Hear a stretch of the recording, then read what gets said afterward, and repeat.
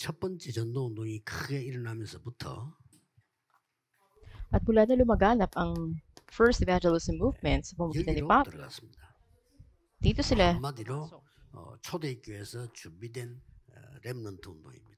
Sa isang salita, ito yung remnant movement na naihanda sa early church. 여기서 우리 렘넌트들과 전도자를 꼭 봐야 될 게 있습니다. At may dapat makita ang mga remnants at evangelists dito. 바울이 자기 규례대로 하는 이 말은 기도에 대한 계획이 있었다는 말이죠. Makita natin, ayon sa alituntunin na sunod ni Pablo, ibig sabihin 규례는 meron siya 세 para sa 가지입니다. pananalangin. At ito ay sa tatlong bagay natin 현장에 makikita. 있는 절대 시설. Ito yung ganap na pasilidad na nasa field. 대단이었습니다. Ito yung sinagoga. 현장에 있는 절대 제자. At ito yung ganap na mga disipulo na nasa field. 야손이었습니다. 이겁니다. At ito si Jason. 그러고 현장에 있는 반대자를 이길 수 있는 절대 망대. At ito yung absolute partisan 반대는 분명히 있게 돼 있어요. na makikita natin 이길 수 있는 절대 망대 필요합니다. na may mga sumasalungat sa field, ngunit kailangan natin pagtagumpayan ito sa pamamagitan ng ganap na partisan. 사람들 못 At ito yung 먹잖아요. mga Griego at mga prominente. 그리고 바울이 렘넌트에게 전한 게 있습니다. At pangalawa, merong inihayag itong si Pablo sa mga remnants. 우리는 Dapat natin 복음만 tandaan 전한 줄 ito. 알았는데 제일 중요한 게 렘넌트는 시간표예요. At of course, ang mabuting balita, dapat nating ipahayag sa mga remnants. 그래서 Dito yung time 새 schedule. 안식일밖에 있을 수 없다는 걸 바울은 파악을 한 거예요. Kaya may kita natin na nakita ito na malino ni Pablo. 이것은 바울을 위한 게 아닙니다. 렘넌트에게나 모든 사람에게 필요한 겁니다. At hindi lang ito para kay Pablo, ito ay kailangan ng lahat ng remnants. 자, 한국에 1년 있을 것이다. 얼마 중요합니까?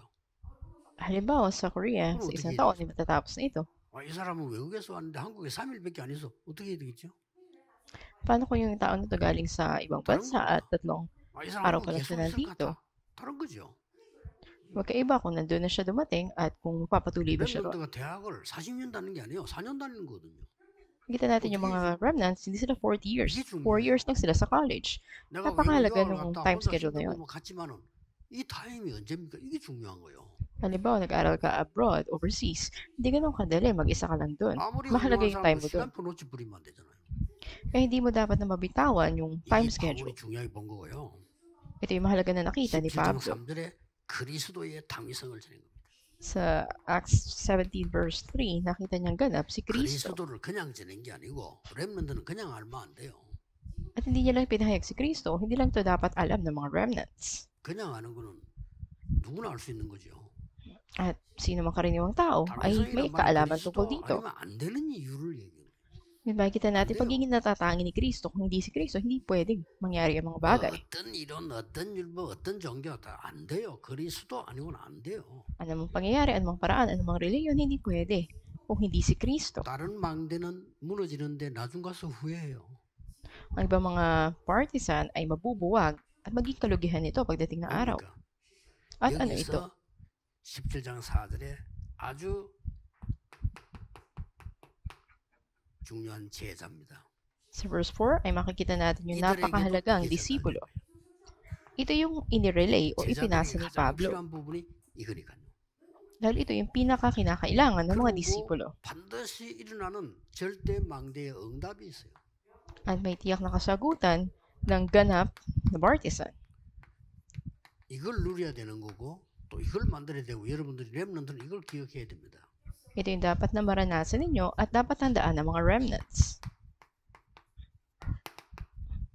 믿음, 소망, 사랑. 이 단어가 Ito yung 이 데살로니가 교회에서 나온 겁니다. pananampalataya, pag-asa, at pag-ibig. Nagsimula ito sa 믿음에는 Thessalonica. 역사가 일어나요. Makita natin may kaganap at kung may pananampalataya. At kung may kakaiba kang pananampalataya, kakaiba rin ang resulta nito. 어떤 것도 참을 수 있어요.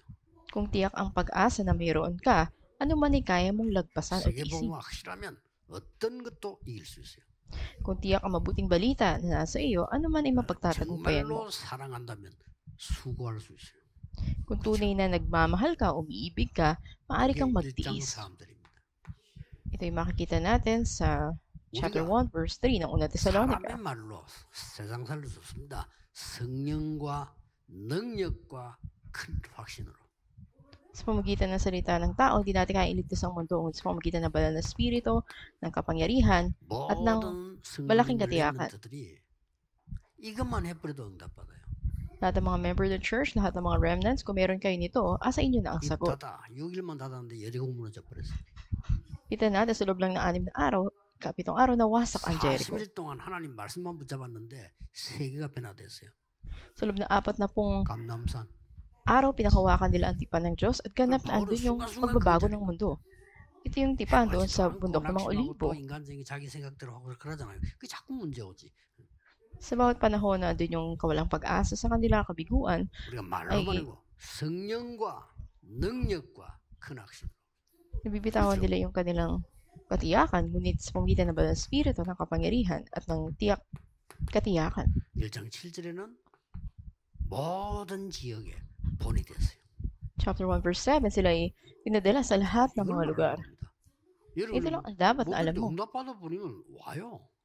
Kung magkaroon ka ng kasagutan sa lahat, darating ang sagot sa lahat ng 아무리 bagay. 뭐라고 해도 여러분이 응답받아 버리면 다른 사람도 살아요. Ano man ang sabihin ng iba, magkakaroon ng 아가야와 pagliligtas sa kanila. 전 지역에 본이 됐다. 이 말은 모델이 됐다. Pinadala sila, sinugo sila sa iba't ibang lugar, ibig sabihin naging modelo sila. 이런 축복입니다. Ito yung 렘넌트는 pagpapalang tinanggap 세계 nila. 살리는 모델입니다. Mga remnants ay mga model na magliligtas sa buong 낙심할 mundo. 필요도 없는 게 그리스도의 능력을 아는 모델입니다. Makita natin na sila yung ganap na modelo na magliligtas sa iba 아는 na nakakaalam kay 모델. Kristo. Sila yung model na nakakaalam ano ang panalangin. 사실은 여러분이 현실이 어려울 수 있습니다. Maaring sa realidad ninyo o kasalukuyan mahirap. 기도하세요. 그때 만날angin kayo. 제일 좋은 것이 준비됩니다. At dito nakahanda ang napakahalagang sagot. 아직도 이렇게 불신자 같은 신자들이 너무 많잖아요. Napakaraming mga hindi mananampalataya 사람과 비교하고 싸우고 그러면 이긴 줄 알고 그게 바보들입니다. kinukumpara nila yung sarili nila sa iba. 그게 At nakikita 불신자예요. natin na ito'y kabangmangan, ito yung mga hindi 안 mananampalataya. 바뀝니다. Pero ang plano ng Diyos hindi 영원합니다. nagbabago. 이 Ito yung 속에 우리 magpawalang hanggan. 렘넌트들이 24 해라. Kaya sa loob nito, mga remnants, andon 그러면 24 oras na 무조건 gawin ninyo. 기다리는 게 아니고 이거 기다리는 겁니다. Hindi lang kayo basta naghihintay. Ito ang hinihintay nyo, 25 oras. 공부는 왜 합니까? 이 Bakit kayo 작품을 nag-aaral? 남기려고 합니다. Para iwanan ninyo ang obra maestra na to. 이것만 명심하면 됩니다. Ito lang ang pakatandaan nyo. 주일날 여러분이 메시지 붙잡고 깊은 기도만 해도 역사를 나요. 그걸 안 할 Araw ng 겁니다. linggo, pangawakan yung salita ng Diyos at pumasok kayo sa malalim na panalangin, dakilang bagay mangyayari sa inyo. 그러니까 교회 시스템이 주일날 예배만 드리면 되는데 그래 안 되게 돼 있어요. Kasi sistema ng church, hindi lang sapat na dumalo ka sa pagsamba at 24기도 natapos ito. 모르는 사람은 신앙생활 힘들어요. Ang tao hindi nakakaalam ng misteryo ng 24 oras na panalangin, hirap sa kanilang buhay. 자칫 잘못하면 나는 일에 묶여야 돼요. At kapag ka may hindi maganda nangyari sa church, matatali ka doon. 일하는 걸 신앙생활이라고 가르치는 사람도 있는데. Marami nagtuturo patungkol sa pananampalataya. 가르치는 종교도 있잖아요. Yung ibang relihiyon, nagtuturo sila, gumawa ka ng mabuti, tumulong ka, pati yung buhay pananampalataya. Hindi naman maling sabihin yun. 자칫 Pero, 잘못되면은 계속 사람에 관한 거 이런 묶이다가 진짜 그걸 놓쳐. pag nagkamali ka, matatali ka doon sa mga gawalan ng tao at ikaw ay 그래서 babagsak. 저는 주일만 잘 지켜도 모든 신자는 성공한다. Kaya kung Sunday lang, pananatilihin ng mga mananampalataya, ito'y maaaring pagtagumpayan nila. 한 열흘 동안 모든 거 제치고 기도해 버렸더니 성경의 응답 다 왔잖아요. Pero sa ibang mga karaniwang araw ay magagawa manalangin. Ano yung kasagutan bawat araw sa iyo, katulad ng Mark's Upper Room. 24 해버린 거예요. At si Pablo na 세계 nakagawa nito, 변화를 pumasok siya sa 24 oras at 그리고 binago 이산다 niya ang 말은 buong 바울은 daigdig. 단한 번도 사람의 말에 걸려 넘어진 적이 없어요. Kaya wala ni isa mang pagkakataon na natinag si Pablo dahil sa salita ng tao. 바울은 Yun- 어떤 사건에도 낙심한 적이 없어요. Ang 24 oras, sa anumang sitwasyong kinaharap ni Pablo, hindi siya nawala ng pag-asa, sa halip nagpasalamat siya. Kahit na nakulong siya, nagpasalamat siya. 그리고 밖에 있는 사람이 위로해야 되는데 바울이 감옥 안에서 밖에 있는 사람 위로했다니 염려하지 마라. At kahit na nakulong siya pa yung umaliw sa mga nasa labas na huwag silang mag-alala at wag mawala ng pag-asa. Ito yung taong nakakita ng 24 oras. 렘넌트들은 요 언약 조금만 깨달으면 여러분은 세계를 변화시킵니다. Kaya yung mga remnants, kahit na konti lang, ay maranasan ninyo ito. 핵심까지 Kaya niyong 남은 baguhin ang 시간에도 mundo. 좀 깊은 기도 한번 누려보시길 바랍니다. Kaya sa panahon ng ating core service message, 기도하겠습니다. magkaroon tayo ng 오늘 oras sa pananalangin. 금토일 시대 주심을 감사드립니다. Panginoon, salamat binigyan niyo sa amin ng 3-day weekend. 모든 렘넌트들이 금토일 시대 주역이 되게 해주옵소서. Gawin niyo pa pangunahing tauhan ng 3-day weekend ng mga remnants. 내일 예배하다가 하나님의 큰 은혜를 입게 해 주옵소서. At sa pagsamba ng bawat anak niyo kinabukasan, bigyan niyo sila ng 예수 그리스도 bayong 이름으로 biyaya ninyo. 기도하옵나이다. Aming dalangin sa pangalan ng Yesu Cristo. Amen.